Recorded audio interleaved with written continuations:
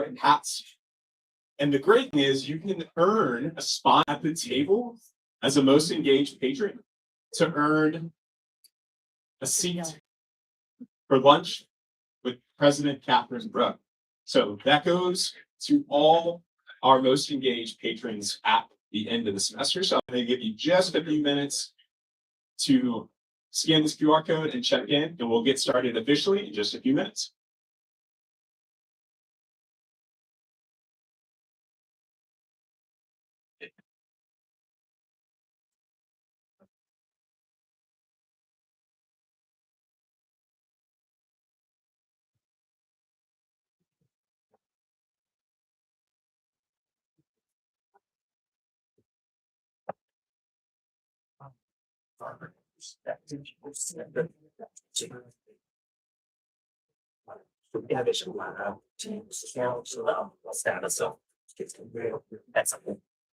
Nothing new, I think. Yeah. Maybe I'll set that for you. Yeah. I've been trying to get all the data stuff. That's what Yes. Good to matters. Actually, and I'm glad to see you.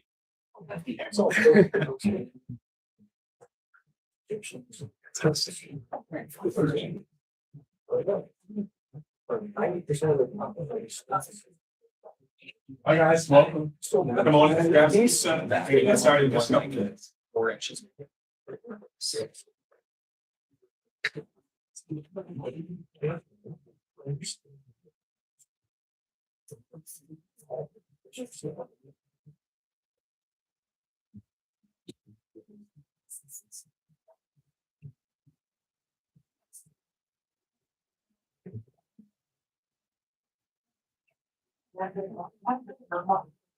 Is that an option?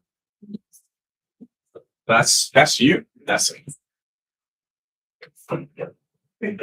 You're welcome.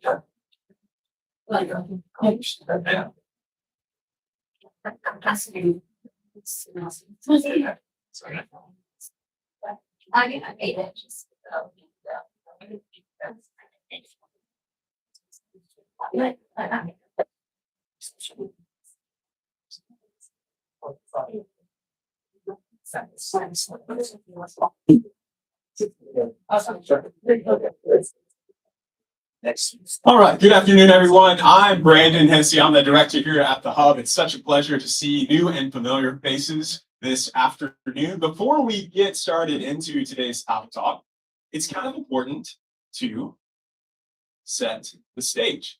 So this is a separate QR code. I would love for you to scan this. This enables us and our speaker today to get a sense of who's in the room. So I'm going to give you just a moment to scan this.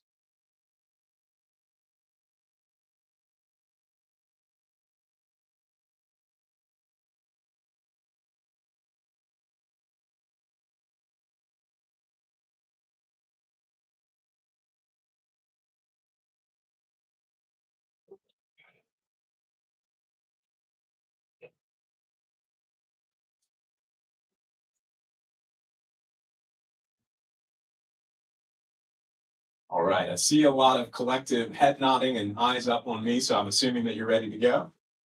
I want you to answer this. Where are you in your professional journey?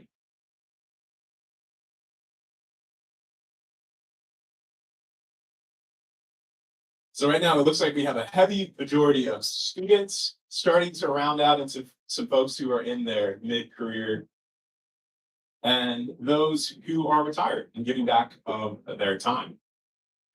Appreciate that. How much do you know about today's topic? So you had to have at least read the title of the presentation that you walked in. How much do you know about today's title?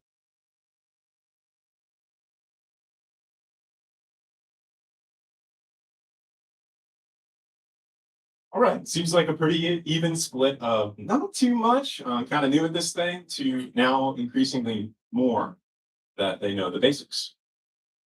And then lastly, what do you want to do with today's information? Do you want to be inspired? Do you want to learn it? Or do you want to put it into action? You want to apply it?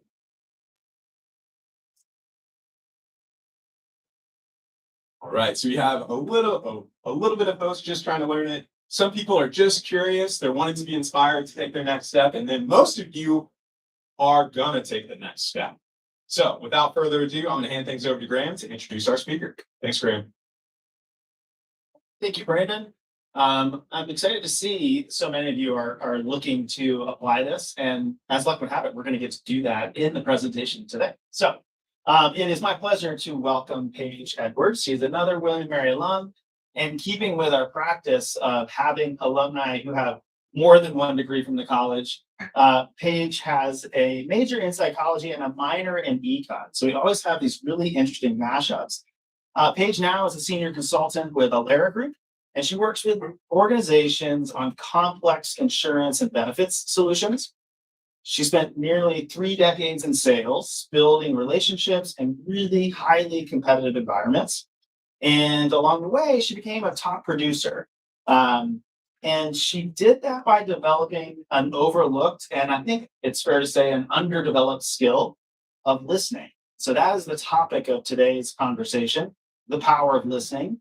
And it's how that shift, that skill of truly listening, transformed how she could understand customers, uncover needs, and you all can do this as well, and build trust. And all of that together drives results. So fun fact, Paige is a mom of twins in college. She loves traveling and cooking, maybe less traveling like yesterday's travel from Chicago, which included a 6-hour delay. But we are so glad that you're here. Please join me in welcoming Paige. Just making sure you can hear me. Yes, great. I think my chat has. Yeah. Good.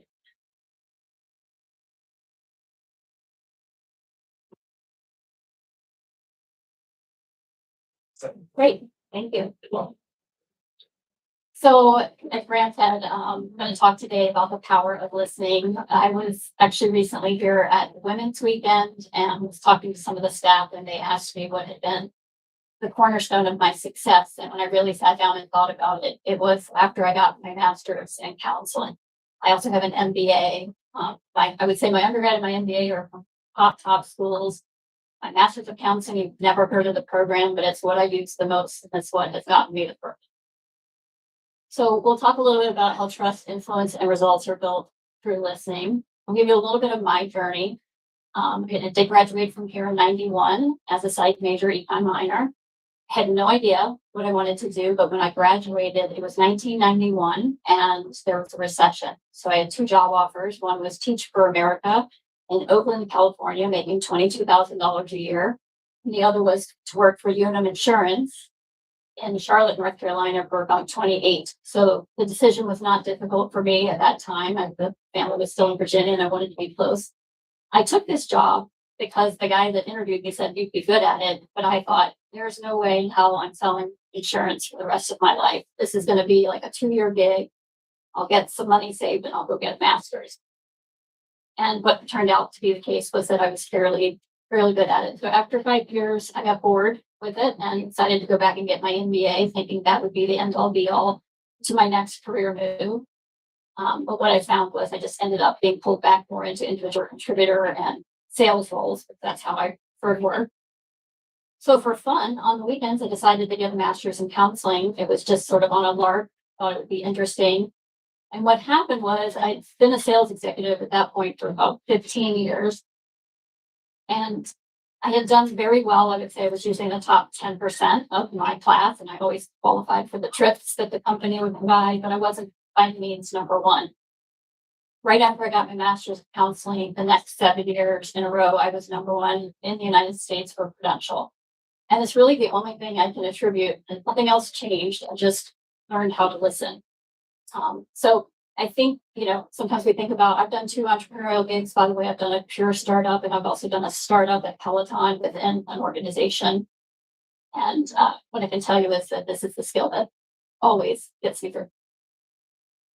So I'll start with a poll, because I just want to get sort of a feeling for how you guys feel about listening. And this is what makes listening hardest for you. So if you can scan that up there and then select.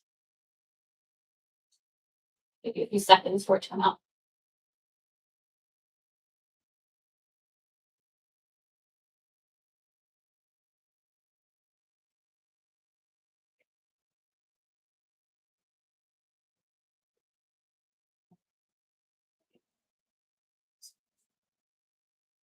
I think we have about 30 people in here, so.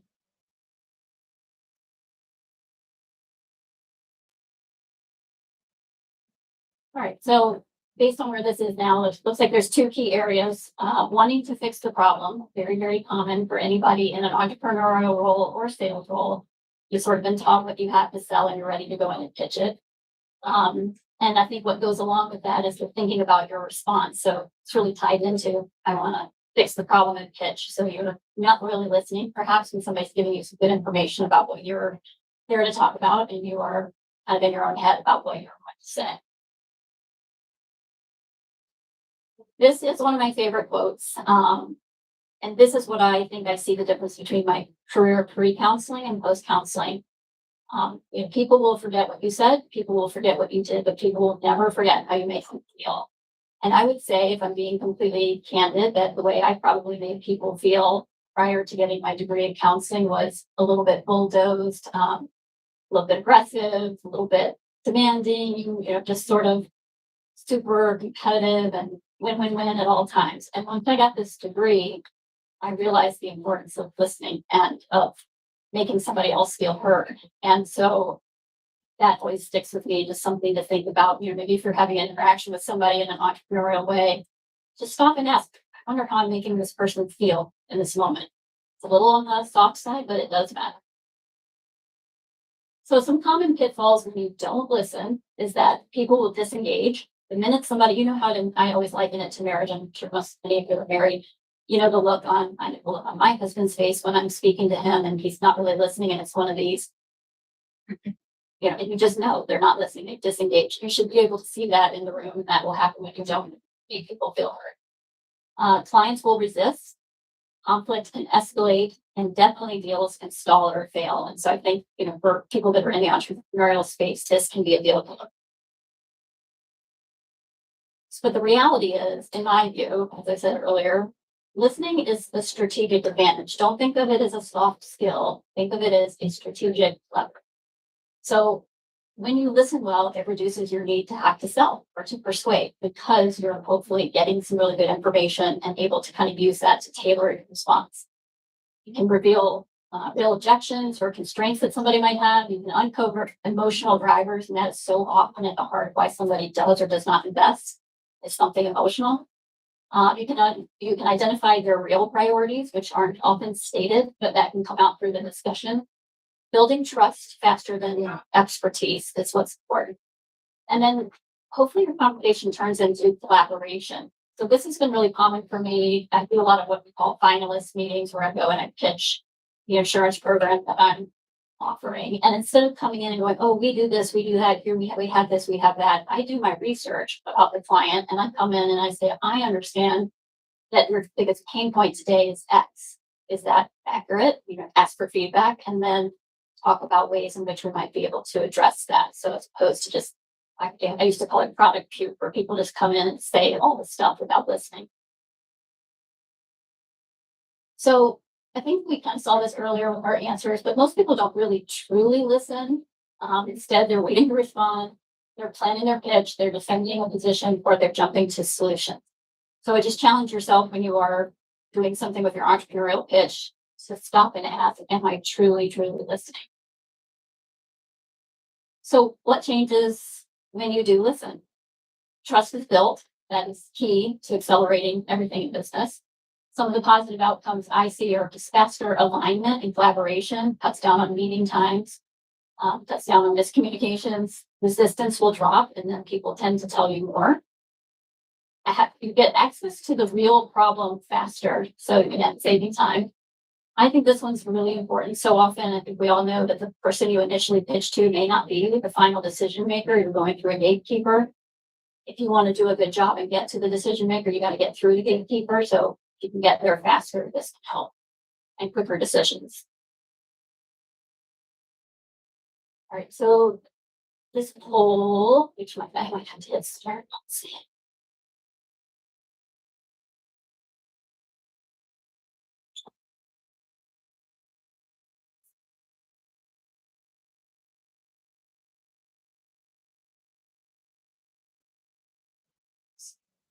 Yeah, we did a dry run, it was working, but.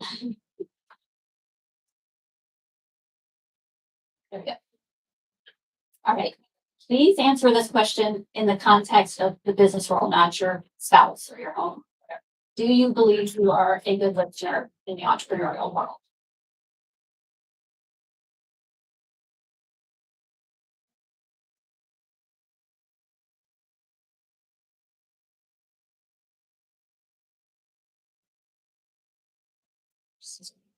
So it looks like the majority of the group would say sometimes or usually, which I think is pretty normal. I'd love to know who said never. So,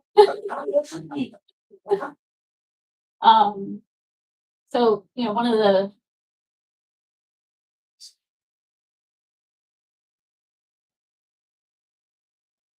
not going to the next little thing.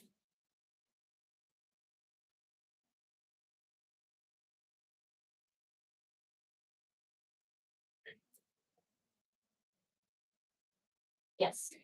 So, and this kind of bears out with your numbers. Statistically, 80% of us think we are decent listeners. So sometimes and usually I think fall in that category. Research shows that when it's tested, that most of us retain about 25 to 50% of what's said. So we all think we're better listeners than we really are. All right, I'm going to do a little exercise. And I'm going to demonstrate for listening. So I would like somebody to come up if is willing to and just maybe share what your biggest frustration is about being an entrepreneur.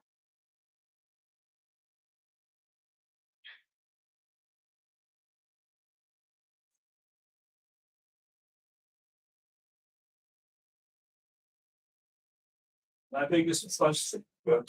Use the mic. Oh. This is the fireside chat. My biggest. My biggest frustration in being an entrepreneur. Oh. Damn terrible listening. My biggest frustration being an entrepreneur is actually getting in front of people to have the opportunity to explain. I know how that can be. It's really frustrating and hard. One time I was trying to get in front of somebody and I just couldn't get the point. It's really frustrating. I know what you mean. Okay. Do I need to respond? Sure. Yeah, that didn't help. That was the point. So say a little more. Tell me a little bit more about why you are frustrated being an entrepreneur. Because when you are the person with the idea, very difficult to see the forest for trees. Mm-hmm. What I mean by that is that there's 1,000 things running Yeah. through your head. Yeah. And you don't know which one the other person is most interested in hearing or cue on. So you talk too much. Yeah, definitely people talk too much and it really drives me crazy the way they go on and on and on and on and on and on and on and on. Very frustrating. I can see why you're frustrated. Okay, that's enough. You get Yeah. You're done. Oh, no problem talking in front of the crowd. It's my career. So I think we all do this. You don't realize how much you do it, how when somebody's talking, you're interrupting even with just little social things like, and for somebody who has ADHD, that drives me nuts. Like, I don't want somebody mixing up with my flow of what I'm trying to say. And most people jump in with their own story. So, like, oh, I had a time, whatever, which really shows they're not listening to you. They're thinking about how it affects them.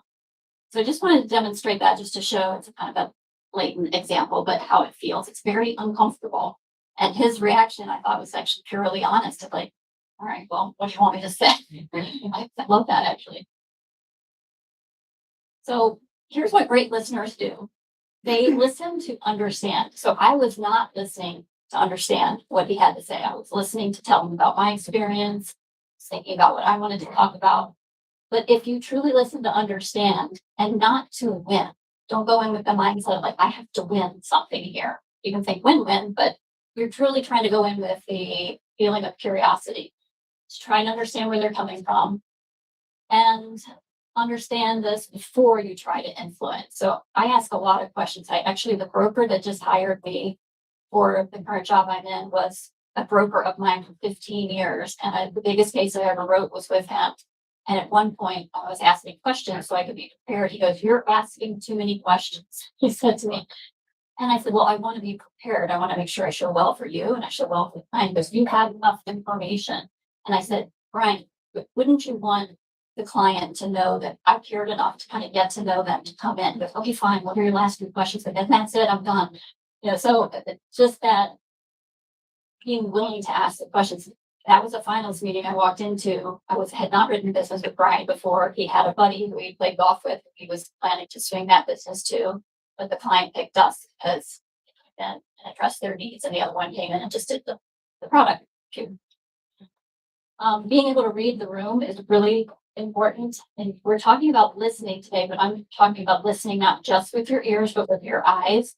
90% of communication is nonverbal. I'm sure we've all sat through meetings and seen similar looks on people's faces where they're zoning out or they're yawning or they're doing something else, they're multitasking. It's important to do that so that if you're in the meeting, you can pivot if you need to. If you see somebody looking confused, I always will stop the meeting and just say, "Hey, John, you look like you might have a question. Can I help you?" Or, "Hey, Mary, looks like you really, that idea resonates with you. How would that impact your day to day?" And get them talking as opposed to you talking at them. And also to pivot if you're off track. One thing that I think business people aren't always the best at, myself included, is sort of being aware of your own issues that maybe keep you from being a good listener. So some common things that can get in your way. One is your own ego. That's just common in the business world, right? So triggers, I used as an example earlier. As I mentioned, I have ADHD and I can't stand it when somebody interrupts me when I'm in the middle of like a thought and I've got my flow going. So if somebody interrupts me in a pitch, it's definitely something that makes me want to kind of cut them off and jump in, and I'm aware of that. So when somebody does that, I just pause for a moment and let it play out. Fear of silence is a big one. People just don't like quiet in the room. I don't know if anybody's ever been to a therapist, but when they ask you a question and then just sit there and there's this just painful, awkward silence, and you eventually start talking because somebody's got to start talking. I try to say less than anybody in the room. I do a pitch. I want the client talking. And then just the need to be right. You spent a lot of time on your idea. You're invested in it. You put so much energy into it. You want it to move forward. You got to be willing to sort of step back and listen because you may be getting feedback about what you need to tweak about what we've provided. Question for you. You said that I have a little ADD myself. You said the need to pause for a moment and let it play out. What did you mean by that? I mean, if somebody interrupts me and I'm so ready to say, like, "Wait a minute," and kind of jump back into my own thing, I'm just going to sit with it and be like, "Okay, they interrupted me. I don't like it. I'm going to listen for a minute because maybe some nugget is going to come out of that that's going to be helpful." So you write down that nugget you're afraid you're going to forget. No. Yeah. Okay. No, it's not that bad. It's just a little. But no, it's a good question. So part of what I wanted to leave you with today are at least a few tools that you can use. And I'm good with acronyms or things that are easy to remember. So this is a common one that's used out there called the LEAP framework. And you can kind of remember in the back of your head, look before you leap, if you can't remember the word. First is listening without interrupting. Did I listen without interrupting earlier? No. Echoing what you heard. Did I echo what I heard, or did I just put my own? I did a little echoing, not much, a teeny. But I mostly, kind of put it in with my own stuff. Did I ask clarifying questions? No. And did I pause before responding? No.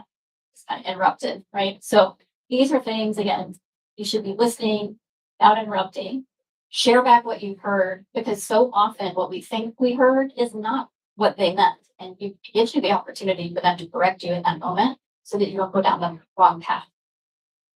I do this with my kids a lot. So what I hear you saying is, you're going over to Jimmy's tonight, and you're going to be there. Like, just being able to kind of make sure you get back exactly what you think you heard is happening. So these are a couple of the counseling skills I learned that particularly helped. The first is reflective listening, and that just means maybe in a scenario where I was up here, what I should have done is let him finish, and then I should have said, okay, so what I think I hear you saying is your biggest frustration is X. And then you would have been like, yes, and you feel again like, okay, she gets me, she's listening. It slows the conversation down. It definitely reduces people being defensive. Like, you were defensive with me as well, you should be. And it makes people feel understood.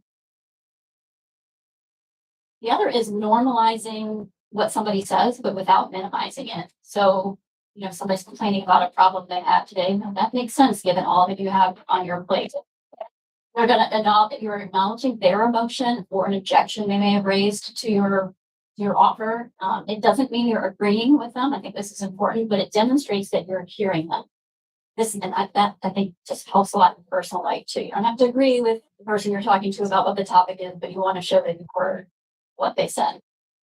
And then it builds psychological safety. And this is where I feel like I've had most of my success is over time. I've had business repeat, and it is because people trust me because I do what I say I'm going to do.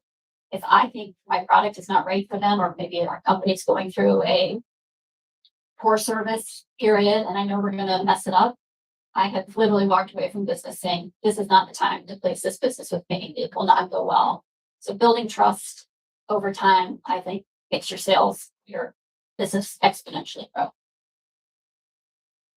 And then curious, open-ended questions, genuinely curious, not ones like I was asking that sort of make it where I want to talk about my own thing, but what's driving this? What would success look like? My favorite question is, what's the thing that's keeping you up at night? So when I'm talking to somebody about their insurance benefit programs, like, what is the one thing that's causing you the most work, causing your team the most work? They'll usually give you an earful. And before I go down my entire pitch, I know maybe I'm going right to the slides on that topic because that's what they just told me really matters to them. So it allows you to pivot, or as you guys said over there, improvisation. Talked about this a little earlier, so I won't spend a ton of time, but taking a pause for the cause is just a good way to remember taking a pause. I just like little things to remember. A 3-second pause, breathe, notice your reaction, and then always choose curiosity instead of defensiveness when you feel the need to take this pause. All right, now I'm going to have you guys do an exercise. So whoever you're sitting next to, pairs of 2. So person A is going to speak just for 1 minute, and person B is going to actively listen. And by this, I mean you're not going to think about your own stuff. You're not going to think about how you respond. You're not going to respond. You are truly going to listen. No interrupting, no fixing. And the question I'll have you do is just tell me about a time that you failed something and how that felt. And the other person may not say a word or respond. You actively have to listen. Can you do that? Okay. I don't know if I have a timer. Yeah. All right, I'll let you start. I'll let you know who's first.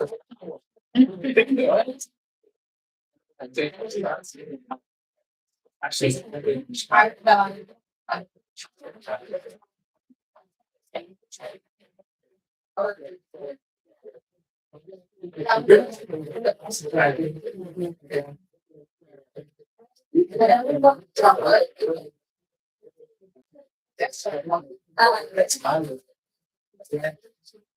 Yeah.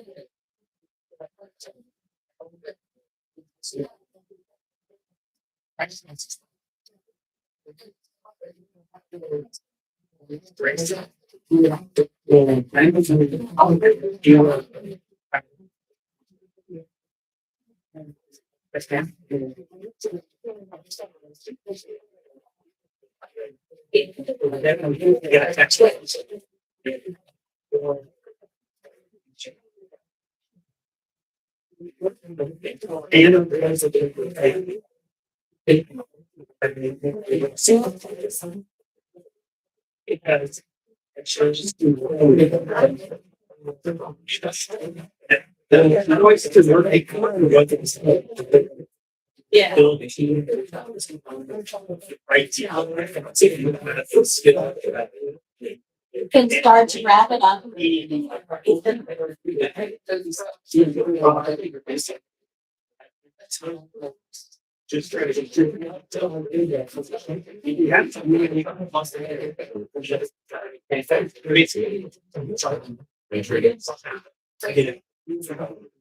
All right, you guys sort of wrap it up. It doesn't have to be perfect.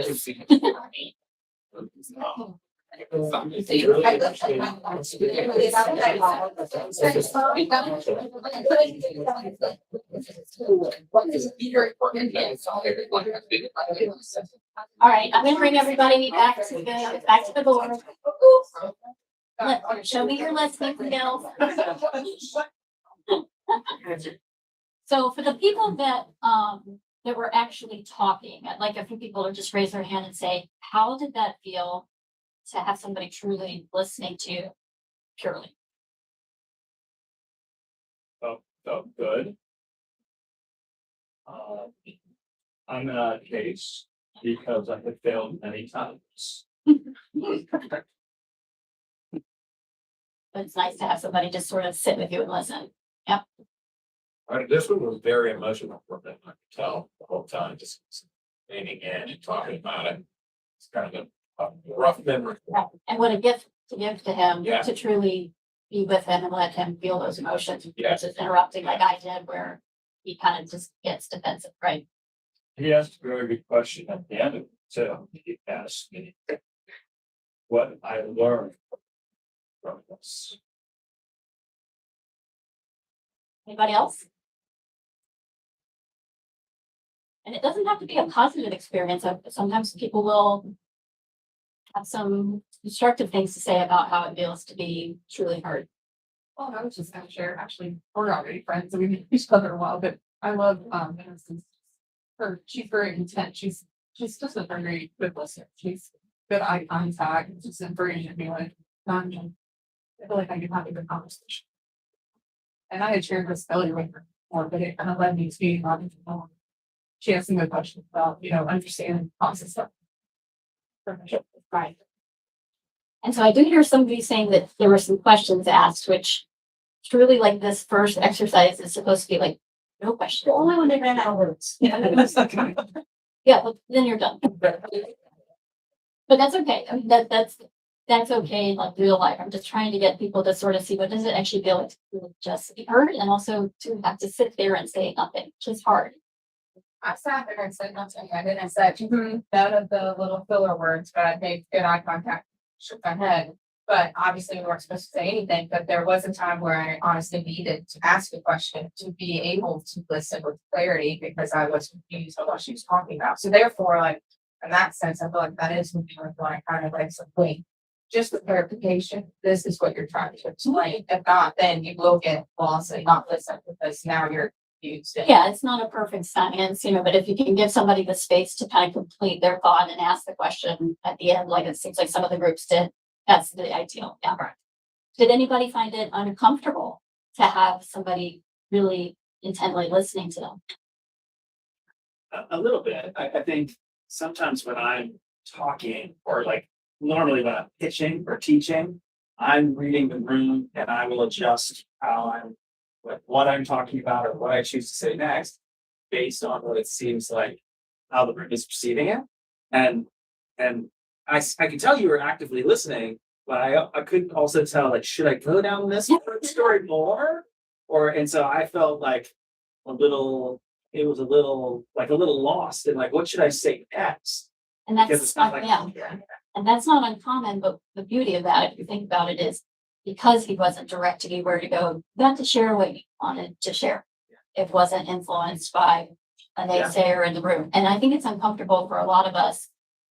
For me as a mom, I can tell you, like, my whole world, it's just telling my son the other day, I feel like my whole world is around taking care of my husband, my 2 kids, my 2 dogs. Myself is a very distant, after that. I don't know if I want somebody sitting there paying that much attention to me. It almost feels uncomfortable. I would just say, you asked, are you a good listener? I said sometimes. And, it's hard. When somebody has something interesting to say, it's easy to listen because it's interesting. But if you're at the same time, a little bit ADHD and impatient, if you're sitting listening to somebody that doesn't really have anything interesting to say, how do you deal with that? Because that's what I find difficult. Yes. I face I lose interest. Are you speaking about more in your personal life or your No, work no, life? both. Both. Yeah, so as I think about you all as entrepreneurs, most of what I imagine you're focused on is coming up with your business idea and pitching it to somebody else. So it just, yeah, I imagine if you're talking to somebody and what they're saying is boring you, it's hard to attend. I would say fake until you make it. Yeah. And wait for there to be a pause for you to ask an appropriate question to get it moving in a direction that makes sense. But I know it's But uncomfortable and when hard, you're but very restricted on time. Yeah. And you're running a business, running a company, and it's very difficult to give somebody your time. Right, there's nothing going. So, how do you know it's not going to go? you just know. So you have 5,000 units cycles. Well, you're the experienced entrepreneur in the room, so I think, yeah, you may be ahead of the curve and sort of being able to do that.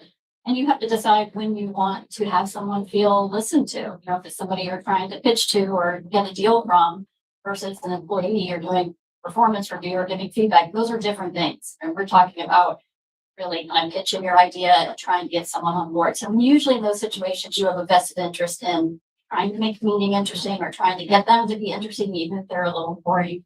And I've met you, so I'm kind of feeling you know how to do that, like just kind of engage them in a fun way or a joke or something that kind of makes it a little more interesting.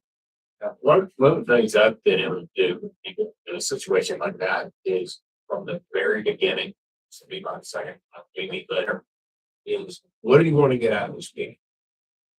And oftentimes it cuts right to the bottom line. And though you're in a hurry and have 15 of them, now go. I get that feeling. I feel that way all the time. But sometimes it's like, what are you going to get out of it?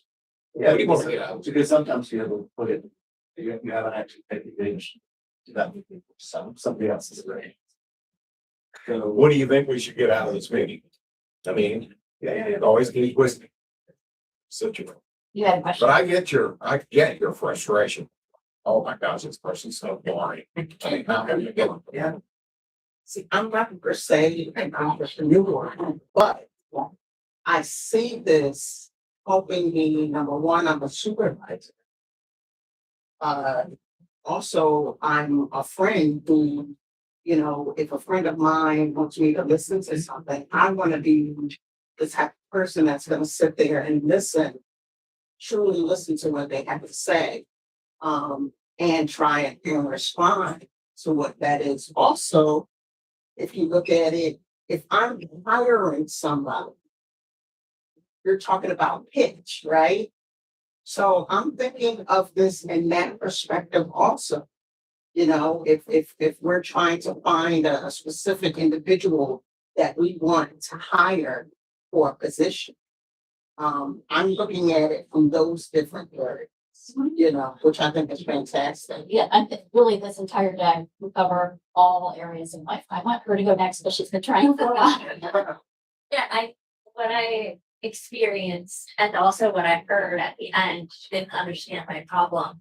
But sometimes you don't have to understand the problem, especially if that's not the role you were placed in. I think that we had enough ambiguity in your instruction to allow it to be any failure and for the person maybe just to empathically listen instead of solve. And I think that it's important to know and recognize and maybe pause and think, what are you drawn to do when you're listening? Are you drawn to this? Because as a mom and a friend, at the time I stop myself and I say, what do they need from me in this situation?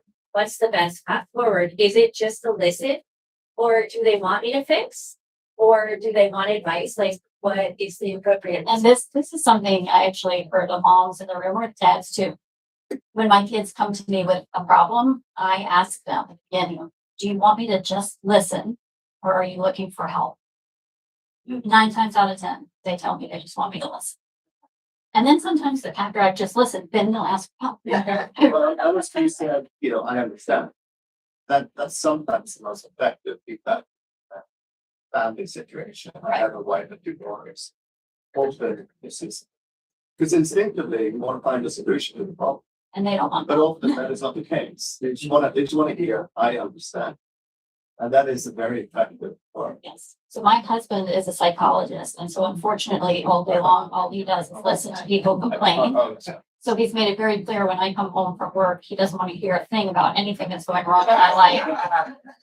But we took this class on like, what's your love language? And his love language is acts of service. So if the dishes are clean and his meal's on the table and his clothes are done, he feels very loved by me. Unfortunately, my act of service is being listened to and heard.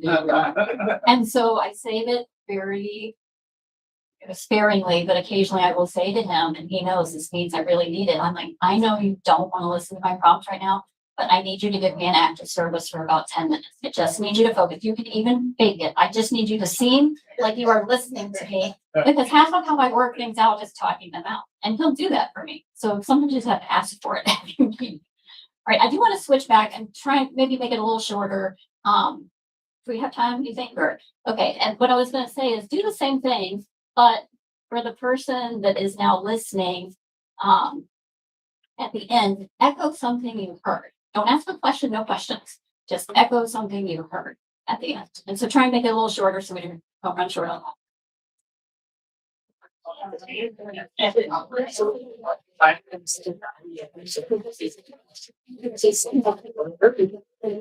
Now, is there no. Okay,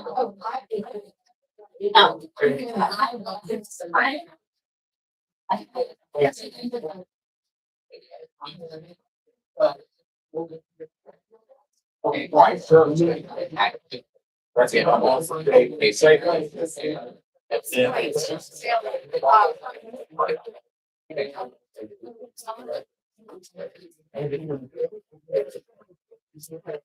Different.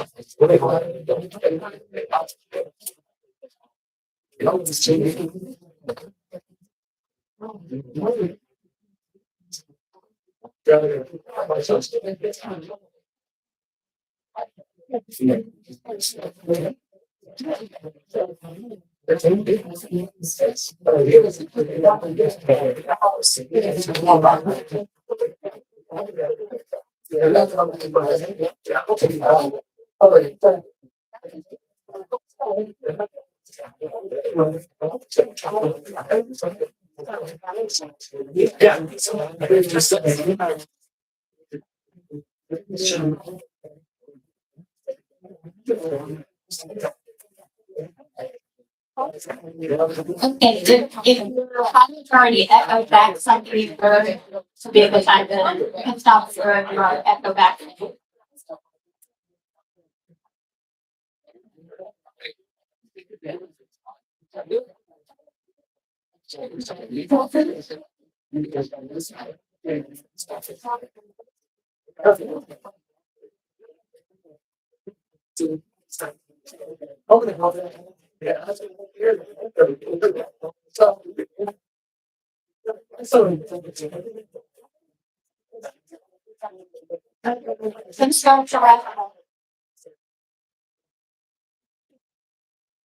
All right. Okay, coming back to the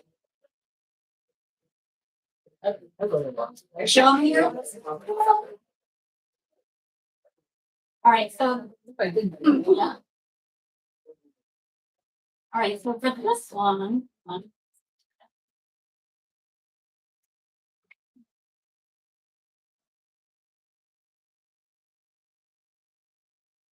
Graham?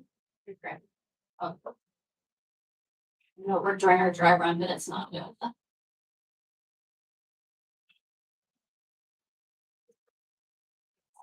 Okay. All right, so this one, I'd like everybody to pick at least 3 words. Type in to say how it did feel to have someone truly listen to you.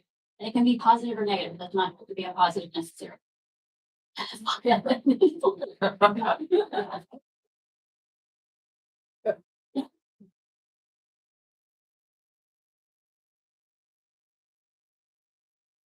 Put in like 2 or 3 words, so just get a better mix.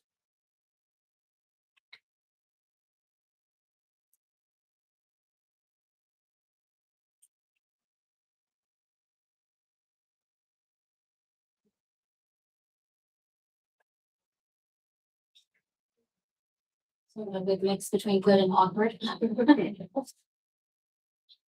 I have sort of a supposition that people who have trouble listening sometimes feel that it is awkward to be listened to.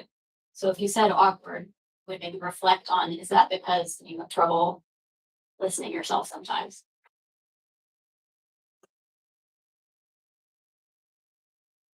And the uncomfortable may be more of a function of just if you're a private person or you don't like to have somebody that focused on you, that's not uncommon either.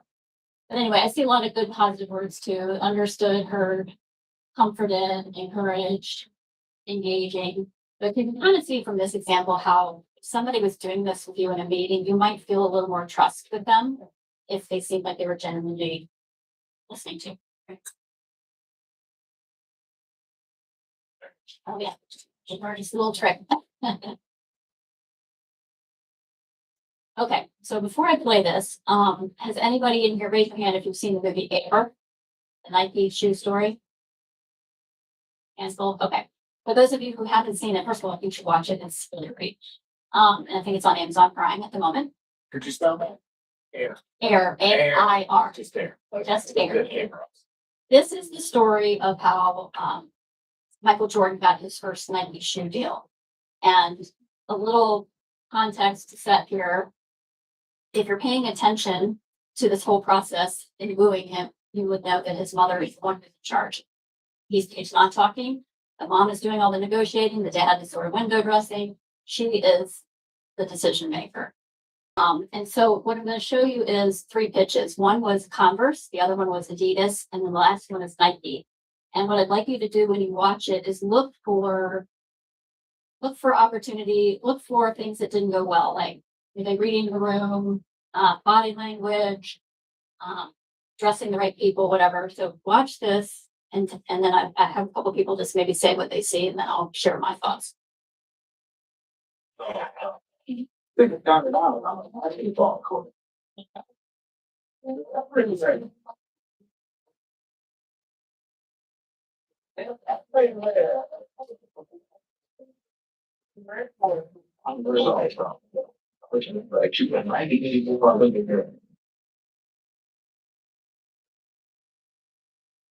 The feeling I get when I see Michael play, there are only a few other players that gave me that feeling.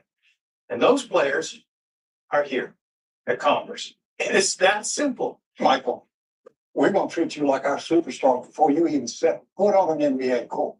We're looking for a shoe that holds appeal beyond the basketball court. What could hold more appeal than the shoe worn by the best players in the game? Tradition and history are paramount at Converse. You have an impressive roster. Best 3 players in the league in Magic Johnson, Larry Bird, Julius Erving. But another way of looking at this is that the best Michael will ever be with you is number 4. Frankly, man, we're talking about Magic Johnson and Larry Bird here. He's going to play like that. He's going to be mentioned in the same sentence with them. What can be better than that? Okay. Any thoughts, reactions? Yeah. So they're certainly not aware of who they're dealing with. Right? He's the most competitive guy ever. So the idea that he's going to be on par with him, they're not speaking business. And also the one thing that's great, they show the guy to watch. His family would, their house probably didn't cost them all this, but it's that watch. And so they're not they're not sensitive at all. They're not playing. They've also come to their conclusion.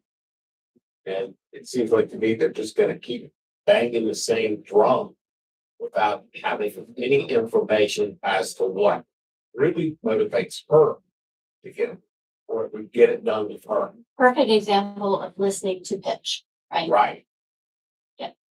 The commercial that was on before that started, Converse, I would have walked out of it. Because that commercial said, you're just one of many and you're just like everybody else, nobody's special. Right. Right, it'll be somebody come right after you and all these people come forward. And anybody who had spent time talking to his mom, I think her name was Dolores, would know that they viewed him as a very unique entity and they wanted him to have something that was special for him. And if you think about it too, I think the agent said that as well, the guy that spoke, is we're looking for something beyond basketball court. If I were in that room, I would have said, can you tell me a little bit more what you mean by that? This kind of a broad statement. I don't know what they meant by that, but if they had told him, they might have been able to respond with, we can absolutely do that. Yeah.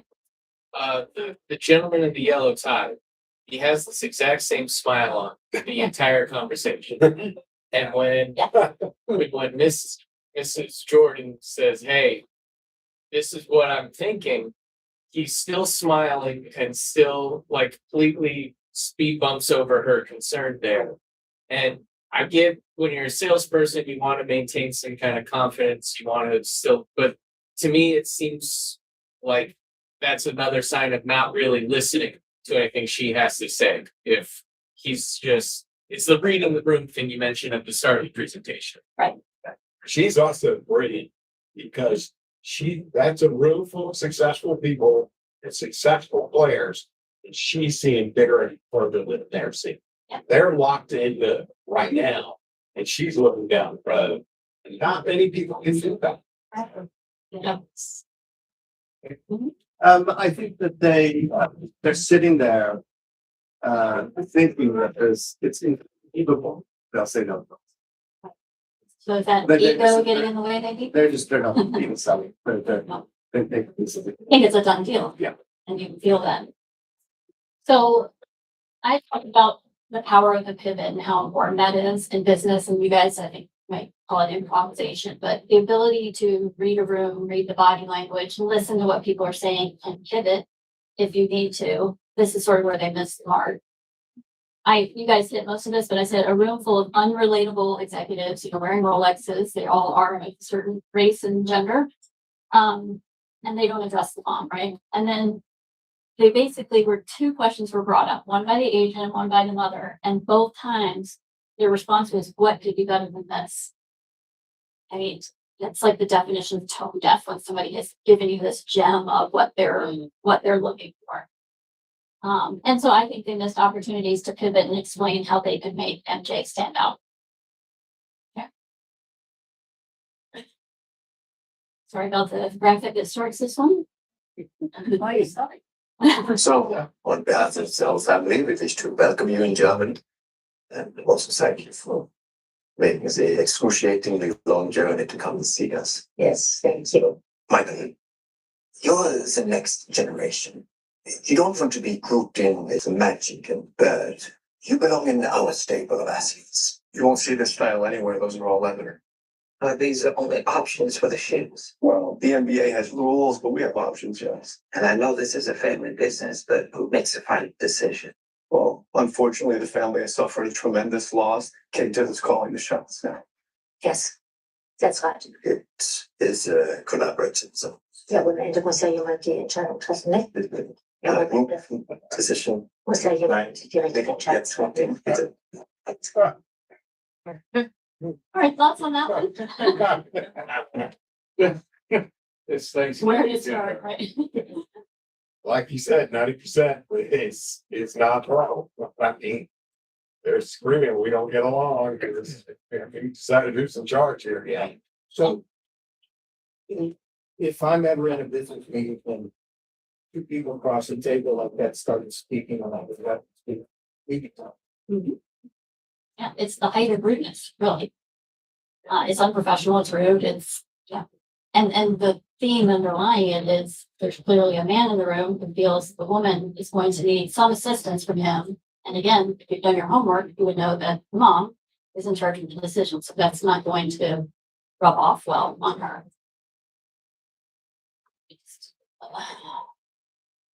So this is where I'm kind of trying to focus on the power of reading the room. That was definitely not done here. They made no personal connection up front. I think this is important and often missed, and some of that comes with asking questions and listening, but just thanks for making the long trip, jumped right into business. That's usually not how meetings go. Usually there's a little talk, a little chit chat. There was no connection. The mother asked if they have options for the shoe design, and the guy who was standing gave a very vague answer, like, yeah, well, there's rules with the league, but yeah, we can do some things. Sure, no problem. It was vague. It wasn't helpful. He should have said, in particular, you have something in mind. What are you thinking about? What are you looking for? They did not ask that question. They disrespect the new president. We just talked about that. And they really argue in foreign language, which creates awkward silence. So now I'm going to go into the pitch that Nike made. And I think it's too long to have shown the whole pitch, but what you need to know is happening before the part that I'm going to show you is that they were missing the mark. They were getting glazed over looks from everybody at the table. It was not going well. And this is where Matt Damon, who plays what's his name, kind of pivots and saves the day. Forget about the shoes. Forget about the money. You're going to make enough money. It's not going to matter. Money can buy you almost anything. It can't buy you immortality. That you have to earn. I'm going to look you in the eyes and I'm going to tell you the future. You were cut from your high school basketball team. You willed your way to the NBA. You're going to win championships. It's an American story, and that's why Americans are going to love it. People are going to build you up. God, are they going to?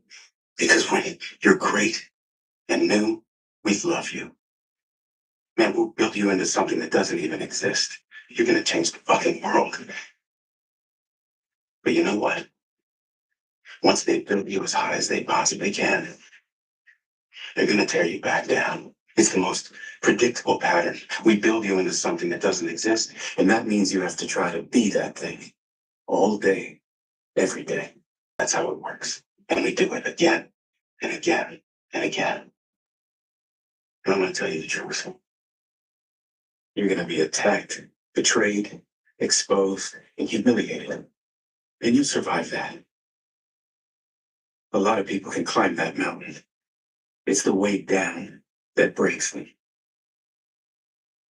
Because that's the moment when you are truly alone. And what will you do then? Can you summon the will to fight on through all the pain and rise again? Who are you, Michael? That will be the defining question of your life. And I think you already know the answer. And that's why we're all here. A shoe is just a shoe. Until somebody steps into it. Then it has meaning. The rest of us just want a chance to touch that greatness. We need you in these shoes, not so you have meaning in your life, but so that we have meaning in ours. Everyone at this table will be forgotten as soon as our time here is up. Except for you. You're going to be remembered forever because some things are eternal. You're Michael Jordan, and your story is going to make us want to fly. One thing I want to preface before we talk about this is it may seem like he wasn't talking to the mother, but he was. But he had done so much research to know what mattered to her that everything he was saying there was absolutely speaking to her. But beyond that, thoughts on what you saw? They made him feel that the shoe didn't define him, but he defined shoe. Right. Perfect. What else? Yes. One interesting thing I noticed on the first time I watched this, and now it's different now, is Ben Affleck's character. You can tell that Matt Damon is somewhat improvising from what was scripted, what was there. And he seemed a little disgruntled. at first. Ben Affleck, I didn't put this in, but right before he went walk to the door, he says, "What the F are you doing?" Like out loud in front of the plane. But yes, he was not happy. So laugh. It wasn't a bitch, it was to talk what his heart. Exactly. And it stemmed from the fact that he knew the client. He knew what mattered to them. He wasn't saying, "Hey, our shoe's the best shoe. Look at our shoe." Never even showed the shoe. Right. Was just basically saying, because they did show the shoe, by the way, before this, and they were glossing over, and he realized that because it wasn't about the shoe. So, yes, those things are right. So, this is where he hit the mark, and I said he did the power of reading the room very well. He paused and he pivoted.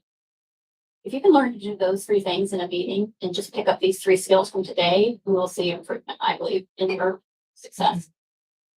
So he reads the room, pauses, flows. He adjusts the messaging in real time. That is a skill. It is hard to do. It's uncomfortable to do. I take every deck I have into presentations and I say at the beginning of the meeting, this is your meeting.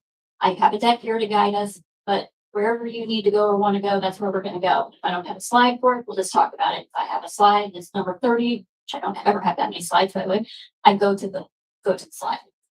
What I love is he acknowledged Nike's weaknesses. And I think that's important. And he acknowledged also the potential downfall of being famous and what could come with that. He got ahead of possible objections by stating outright where there were some weaknesses.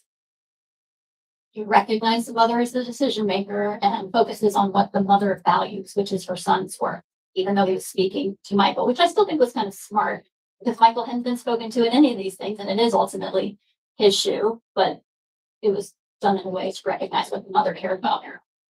He pauses and allows for uncomfortable silence. So what happened after this, because it's going to be too long, is he just sort of sat there. There was uncomfortable silence. You know, you would think maybe the deal got signed right there, but what happened was the mom said, "Okay, thank you. Very thoughtful.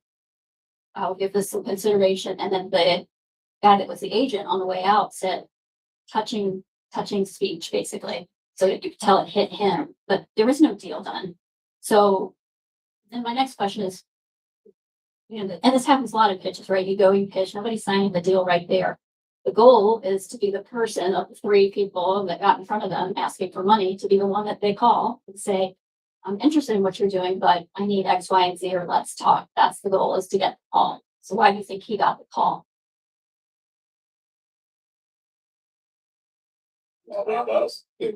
Elevating him above. Yeah. Like, Yeah. The reaction, when you do get the call, is it's listening rather than spewing more product into So to me, he exemplified what we just talked about today. He truly listened throughout the Kit Rushville film to see how well he's listening all along the way. And he built trust with her. And I think at the end of the day, he made them feel understood, valued, special, and liked. So just some good examples. One of my favorite movies, if you have Amazon Prime, go watch it because it's very touching. I'm going to close with the one thing I learned at William and Mary. It's the only thing I can remember that I learned at William and Mary specifically. I had a psychology class with Professor John Neslick. He has since retired. He was kind of like this hippie guy. It was a psych, behavioral, whatever. Very cool guy. I remember on first day of Psych 101, he asked the class the question, what do we like most in other people? And throw out a couple ideas. What do we like most in other? That they're different. Okay. Stuff that seems similar to ourselves. Okay. Yes. That'll make Rob laugh, right? Never done. Attitude. Any other ideas? I've learned so much from other people's experience. It's just listening to them. Being different. All right, here's what he told us. And I remember this and use it every day, especially when I'm feeling like I might want to be in a bad mood. The thing we like most in other people is that we feel that they like us. And think about that. Think about the people that you really, really like, you genuinely want to be around. Betting that they all give you the feeling that they like you too. that resonate? So I'll close with my quote, not excessive, but the fastest way to be liked is to make someone feel heard.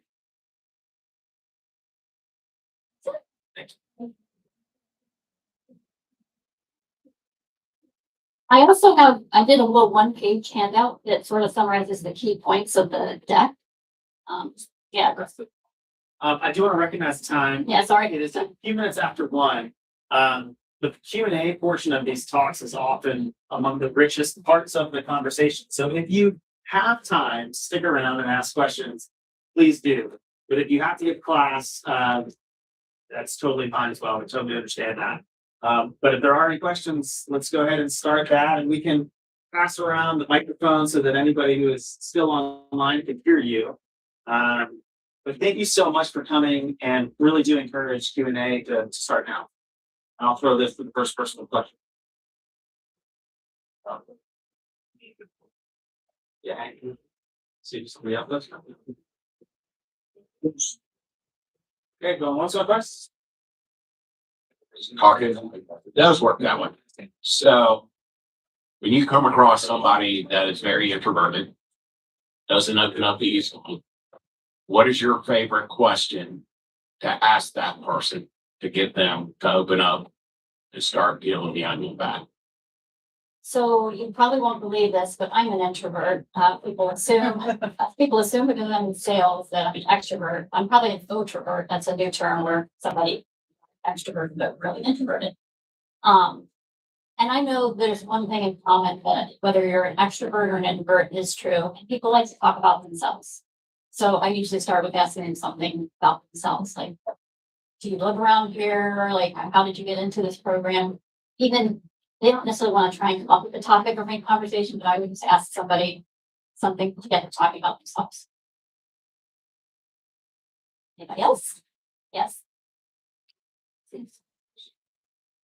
What's the hardest thing you have found personally in sales to overcome? And it may be Well, I tell people are like, oh, you've been successful, you sold all this, and I'm like, I sell 20% of what I pitch. So 9 times out of 10, I get a no. So you get pretty big skin. That's just the odds when you're selling anything. There's different things that I find challenging. One is when you're not really dealing with the decision maker. That happens a lot in my business. So if I feel like I'm not dealing with the person that's actually going to make the decision, or I'm calling on the wrong person, I'm going to try and figure out who that right person is and figure out how I network into that. That's sort of the main thing that I find to be a struggle. Sometimes one thing that's happened to me a lot is I might be presenting and they say, well, we worked with, let's say it was Prudential at the time, or Alera, whoever. We worked with you 10 years ago and you guys screwed us over on our subcom plan. And that happens to me all the time. And my response is like, I'm really sorry that happened to you. And what I can assure you is that I'm your rep now, and I will ensure that does not happen. We will make sure the rules are clear whenever you have to sort of build trust if they already have a negative view of your company. So that's something I have to overcome quite often, or the rep for me wasn't very good. And I just have to explain my work a very different way. I think you will see it right away. I do what I say I'm going to do. I'm responsive. People get emails from me at 2 a.m. if it's necessary. Like, people know that they can count on me. So I think establishing that's what helps. Paige, this was really awesome. Thank you so much for being here. As I reflect on the Minty questions that we asked, there were a good amount of folks who were new or maybe just diving into listening. And I think the resource of the one pager is awesome. Is there a place, is there a book? I know you have your master's in counseling and that's what you leveraged in your career. Is there a resource for people to practice this in their daily lives that you have either acknowledged or recognized or would suggest? Not that I can think of right off the top of my head, but a couple of books that I think are worth reading and they're old, but somebody once gave me the book called The 7 Habits of Highly Effective People. And they gave this book to me and said, read this book, you're doing everything in this book, and this is why I work with you. It was almost like they wanted to reinforce like what was making me sort of a unique sales rep. And then how to win friends and influence people, that it all has some of these same concepts of how do you get to know people? But I think what's missing sometimes in the business world is authenticity, people just being themselves. At the end of the day, I'm a woman. I have children. I do not golf. I do not drink, which is a little unusual in the insurance industry. So I tend to find creative ways to build. I tend to find creative ways to build relationships. And I mentioned earlier, I like to cook. So I've created this class now called the Working Table, where I am doing a Zoom cooking class with HR decision makers. And I'm doing it for free. I'm just saying, hey, let's get your team together. We'll cook a simple meal together. We're all busy moms for the most part, most of them are women. So I could say that. But we'll also pick a topic that's near and dear to your heart, or maybe something that you're struggling with today. And it's usually absence management. And while we're cooking and while something's cooking, we're going to talk about that. Gives me a chance to sort of show my expertise in a way that is authentically bringing myself to the meeting. It's also differentiating me. And it's fun. People have a meal at the end of the day. So everybody else is taken. There's only one of you. So but no, I wish I had some resources to share, but I would say what we did today is do it front. Get feedback. I have a question, Paige. So maybe this is an extension of that question and answer, but I'm curious if you can say anything about the ways AI may help and ways AI may hurt skill and the ability to do this in business. So, like most people, I have mixed feelings about it, but I'll tell you one thing I do. Hold on. I have because I can get easily distracted, and I ask people permission to use this, but I have this little tool on the back of my phone, Claude, and you can tape the conversation. And what it does is, and I tell people, I'm like, I want to be able to really actively listen to what you're saying, and I don't want to be taking notes and distracting you or myself. So would you mind if I take the conversation? I'm happy to share back the key follow-ups with you. Nobody ever says no. So I love it for that, because I can truly listen and then I can do the right body language. So it's been a huge help to me.